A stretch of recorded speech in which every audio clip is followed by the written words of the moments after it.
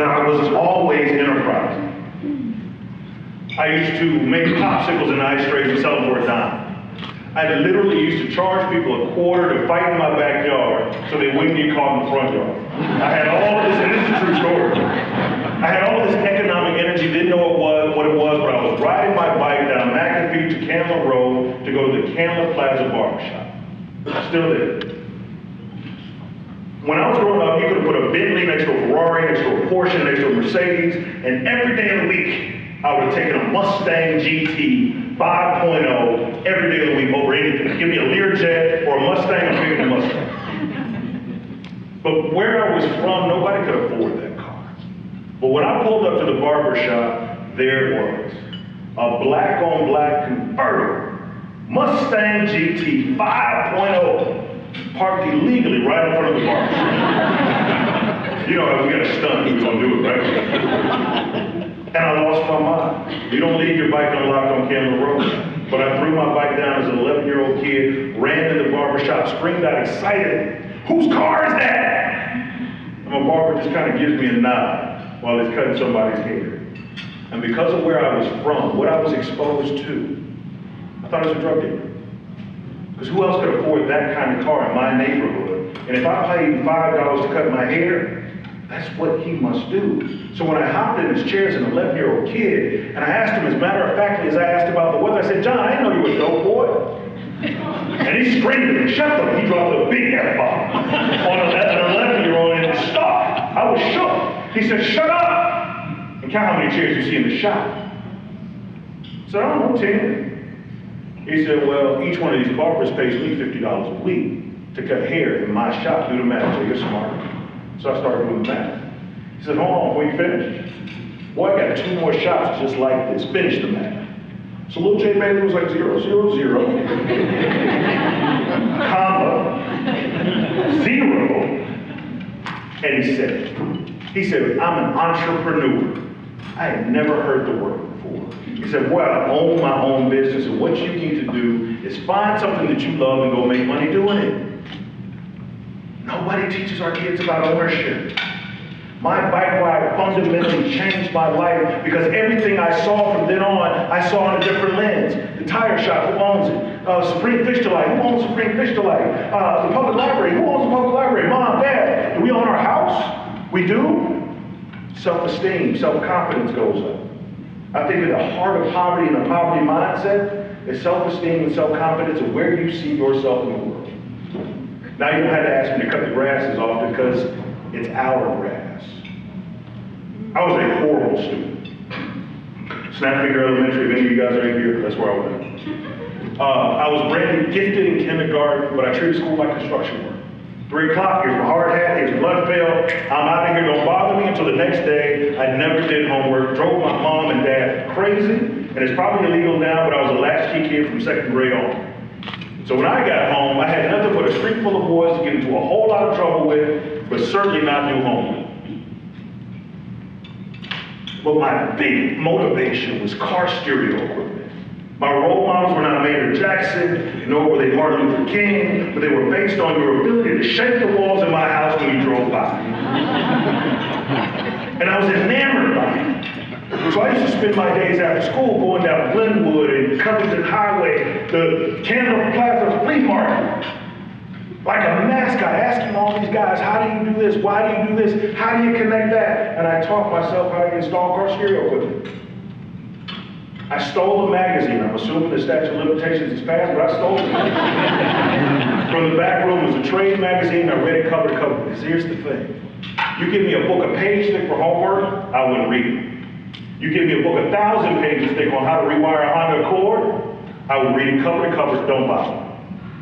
So I read this magazine cover to cover, and of course, because I was totally engrossed in speakers, I had memorized all the prices in all the stores and knew where you could get the best deals all over the city.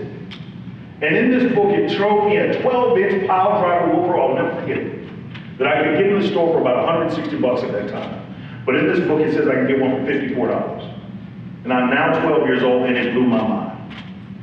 And I'm thinking, how is this possible? It must be fake. This is before the 24-hour customer service cycle, so I waited till Monday impatiently as a 12-year-old trying to act like I'm 25 on the phone as I called the And God must have sent me the right customer service agent. Because this woman on the phone talking to a 12-year-old kid trying to act like I'm 25, she explained the whole concept of wholesale and retail. And it lined up with nothing else I'd ever done in my life. My first business was the House of Boo. And on the side of my house, I used to install car stereo equipment. I was making anywhere from $300 to $1,000 a month at 12 years old. Today, it'd be called STEM education, as I try to be able to measure a cubic foot of airspace, or length, or width, or ohms, or current. It'd be STEM education today. The knock-on effect of me having my business, this student that was horrible in school went from the back of the classroom to the front of the classroom. Why? Because my aspiration to be successful in business met my need for education. School became relevant and I took off. The only reason I made it to the University of Georgia Catarina is because I had my business. Because now AP Calculus, AP Physics, those weighted grade averages bumped my GPA up just enough to qualify for the Hope Scholarship in its first year of existence, and I attended the University of Georgia. Go Dogs. Always entrepreneurial. Always entrepreneurial. Unfortunately, I lost my mother when I was 19, my sophomore year of school. But I realized for the first time in my life, I didn't have a house to go home to for Christmas. So what does a young, silly as hell, can I say hell?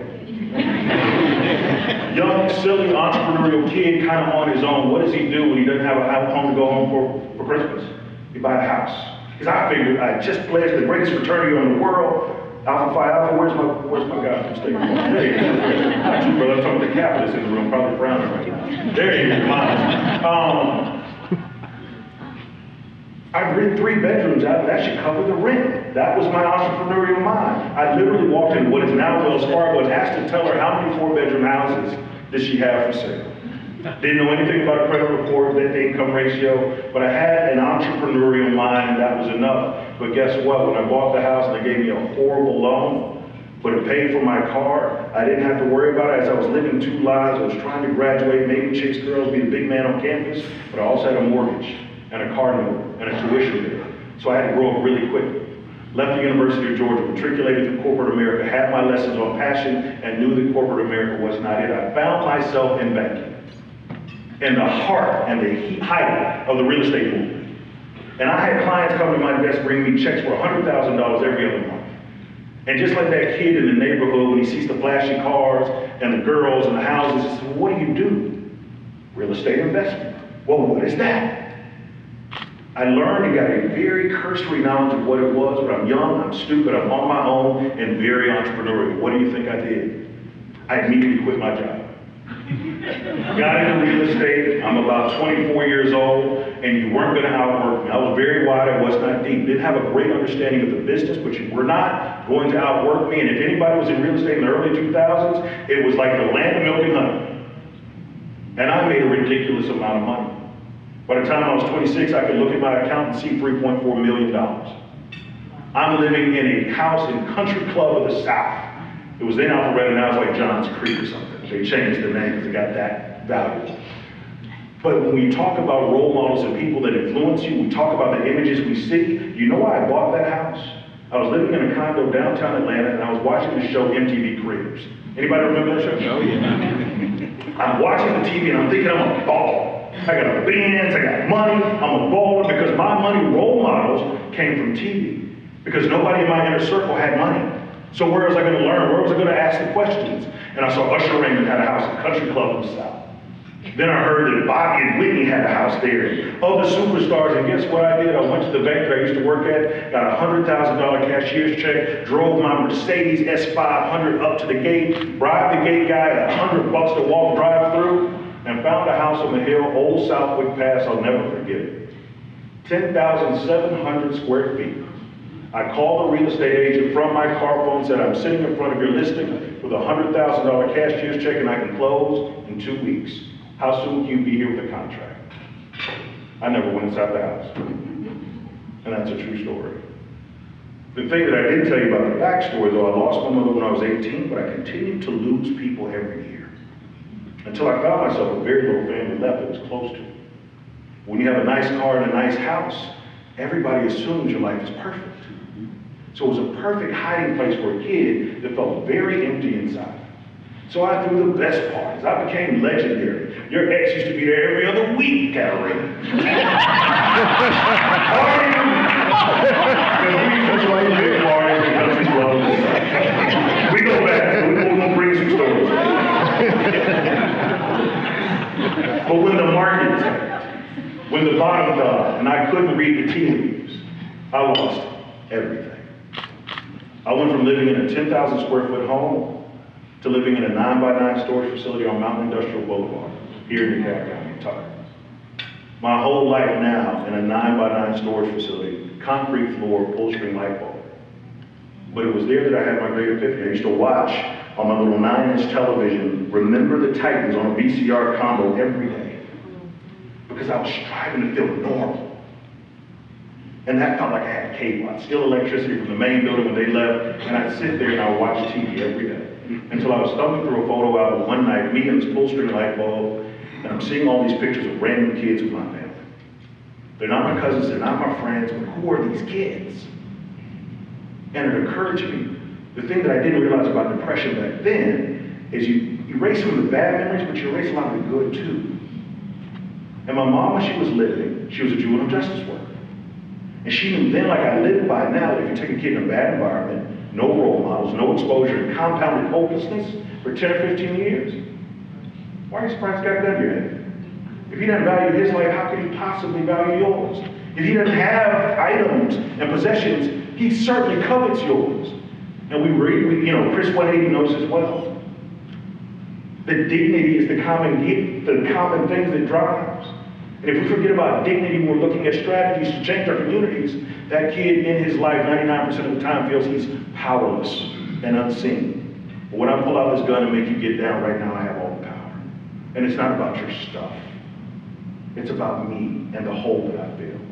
And if we're not looking at trying to fill that hole, then we're being intellectually disingenuous in our approach to change communities.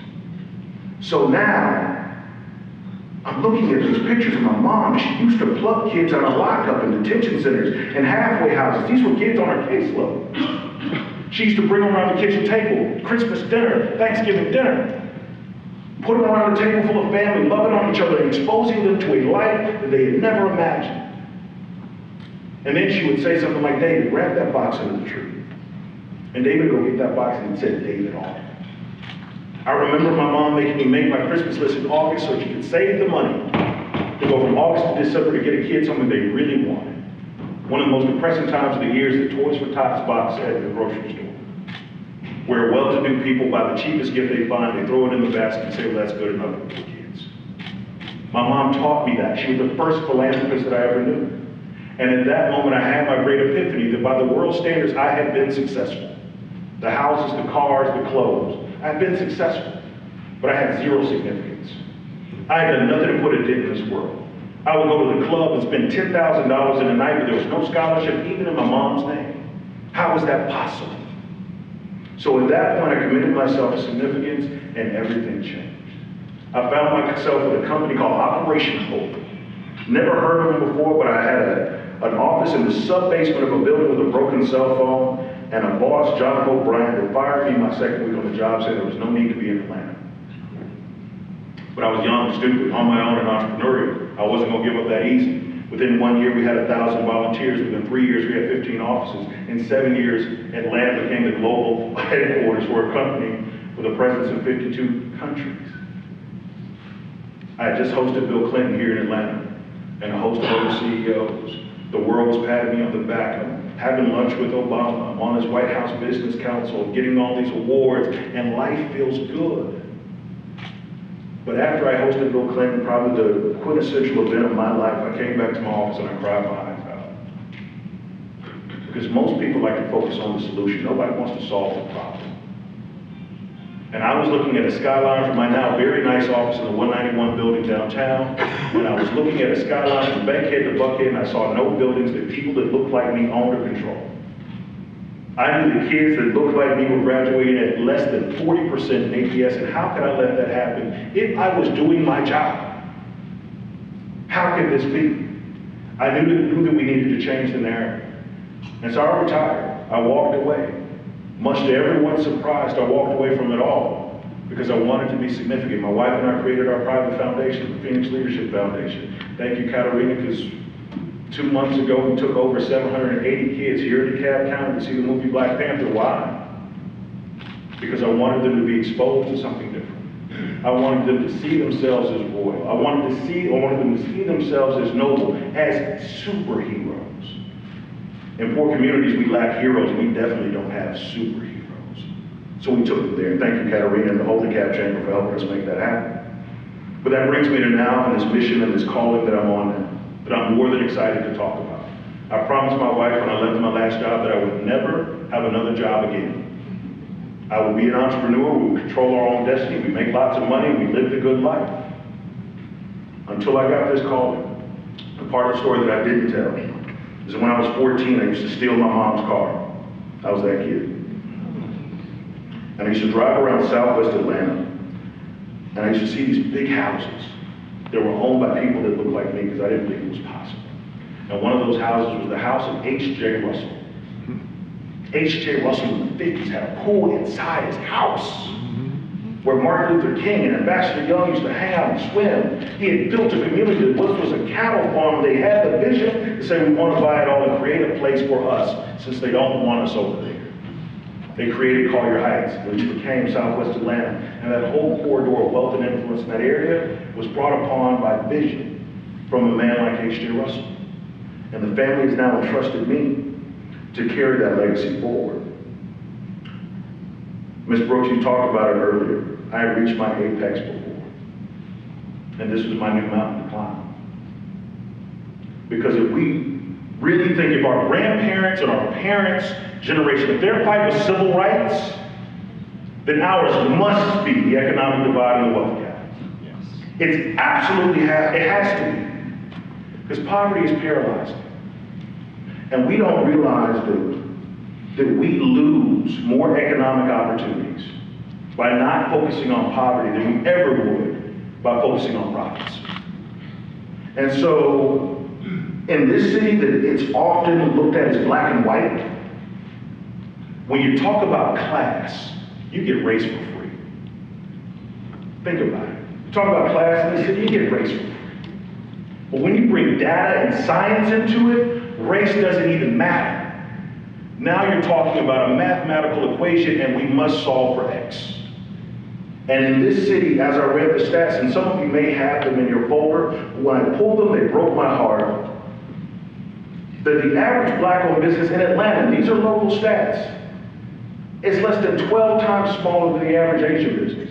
10.5 times smaller than the average white business. In Atlanta, with all of the resources that we have, 71% of black families are zero asset poor, meaning they don't have the $2,000 necessary to come up if an emergency emerged to solve that problem and have less than 3 months in savings in their entire portfolio. Think about that. Can a city grow and sustain with those kind of numbers? Liquid asset poor is the name. So, we know that affordability, we can't affordability our way out of this problem. Most people, when they talk about the solutions, they talk about affordable housing. But if the people can't afford the affordable housing, how is it moving the needle? And we know that all the statistics say that the way that you move the needle is by creating new enterprises and empowering entrepreneurs. You take that guy that's at the post office making $35,000 a year, you train him to open that barber shop with 10 chairs plus 2 more shops, where now he makes over $180 a quarter. It's the growth that we're talking about, and here's where we sit at the precipice, the epicenter of that. The H.J. Russell Center for Innovation and Entrepreneurship. We're in Atlanta. We are building out 50,000 square feet, the largest center in America, dedicated to empowering minority entrepreneurs. It is here, this is our big idea, where we will inspire, develop, educate, and accelerate entrepreneurs to enter a workspace that will raise the economic profile of a city, but that first word is inspire on purpose.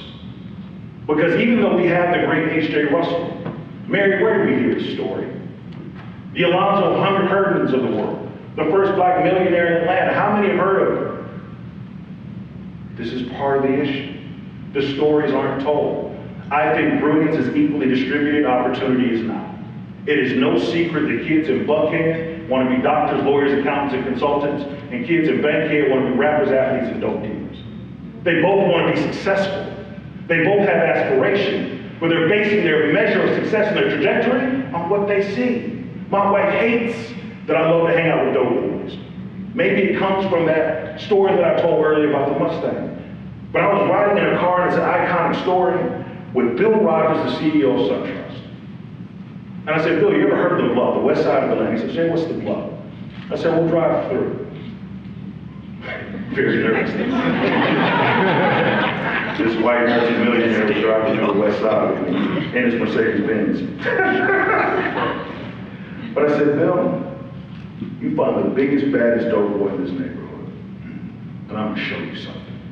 I'm gonna show you a kid that understands import, export, wholesale, retail, supply, demand, logistics, territory, customer retention, metrics. All with a gun to his head. And the police with another gun to the other side of his head trying to shut him down. And as far as I know, at Georgia State, Georgia Tech, Morehouse, Spelman, or Clark Atlanta, there is no course on chopping dope. There is no course on how to create a drug enterprise. They do it all by mimicking what they see. With no formal training, no degree, most are high school dropouts that the world says go away. They created commerce in their community without any instruction. These aren't bad kids. These are just misdirected entrepreneurs. That if they had the exposure, if they had the opportunity to run into you, Mr. McBride, you're a chemist? Well, I'm a chemist too. But wait a minute, 12 to 15 million dollars in revenue? My books don't look like that. What do you do? How did you do it? These are the things a chamber can do to give back. As we start to look at what we want to do with the H.J. Russell Center, is to provide the epicenter, the institution where people can go to get valued knowledge, vetted knowledge, because there's so many predators in poor communities. Where do you go when you want to learn how to grow a business? If you're out there in the world right now and you want to become an entrepreneur, where do you go? What's the institution that you can call on and trust to help you live out your dreams, go from ideation to actual revenue? Or from revenue to real success, to go from 50 million to 100 million, to scale and to grow the economy. Our city will continue to lose economic opportunities if we refuse to face the ills of poverty. And that's a real fact. If we don't focus on poverty and solving for that X, lifting those that have the capacity to do more, because I can guarantee right now on Glenwood Road, there's a kid that is as smart as Elon Musk and has all the intellectual capacity to create the next Tesla. But his highest aspiration and vision for success is working for his uncle's shop on Candler Road, because he's never been exposed to a different reality. And the narrative for people that look like me has usually been carried by athletes, entertainers, celebrities, pastors, preachers, and teachers. Never has it really been carried by the business class, the entrepreneurs, the ones that led with commerce and revenue. And I think it's a new day. I get really excited, guys, because there's an energy in the world right now. There's an energy in this city. We got to think about the moment in history we're living in right now, because everybody in the room, white or black, could this room even be possible 50 years ago? Could this table be possible 50 years ago? Could Katarina in your position be even possible 50 years ago? Things are changing. But are we courageous enough to do the things necessary to move with the changes? Will we capitalize and make good on the promise of creating the beloved community? It's what I've dedicated my life to. It's what I'm committing to do with the Russell family and the Russell Center, providing access and opportunity to those that have never had. And we're going to do it better than anybody in the world. And I'm going to call on folks like the Chamber, because I need you. Because you are the business leaders in the community that have more fingers in the community than we could ever dream of. SBDC, we're going to call on you to be resources for people when they need help in scaling their business. They don't know who else to call. We can tell them about your services. The future of our city, of our communities, is collaborative. And I'm looking forward to uncovering every rock, to look at every kind of collaboration, to build a kind of ecosystem and community that makes Atlanta the city that everybody wants to know what the hell is going on down there. How are they getting it done? We did it before. This city has experienced more population growth than any other in the world. There was a magic that drew people to this city. And I think that magic is still here. And it lies in the hearts of all of you that show up when you don't have to, that take the risk and quit your job. Where's my guy that won the award that quit his job and started the business? There he is. To have the courage to quit your job and to start over, have an idea, and have the guts and to be just crazy enough to think that you can make it real. But now you're sitting at a table full of people that feed their families because of your idea and your courageousness to see that idea through. We want to show people that courageousness. We want to tell those stories. We want to rewrite that narrative. I'm going to need your help, guys. Because I want to do something that shifts the course of history. I want to do something that fundamentally shifts the course of history, and I'll close with my motto. Plant seeds that will grow trees, whose shade you may never sit under. Plant seeds that will grow trees whose shade you may never sit under. H.J. Russell planted seeds when he didn't even know he was doing it. And I sit in this shade. And I'll take that lesson. And I'll continue to plant seeds. Because there's a Jay Bailey that grew up right off of Glenwood Road. It's waiting on me to plant those seeds to change his life forever. I believe that I can do that. And it's my job to bring as many of you as along with me as I can. Because as we all plant seeds, the forest grows, it becomes strong. Our communities, our city, our state, our nation. So thank you so much for this opportunity. I'm honored to be here. I'm humbled to come home and deliver this message. But get ready, guys, it's time to go to work.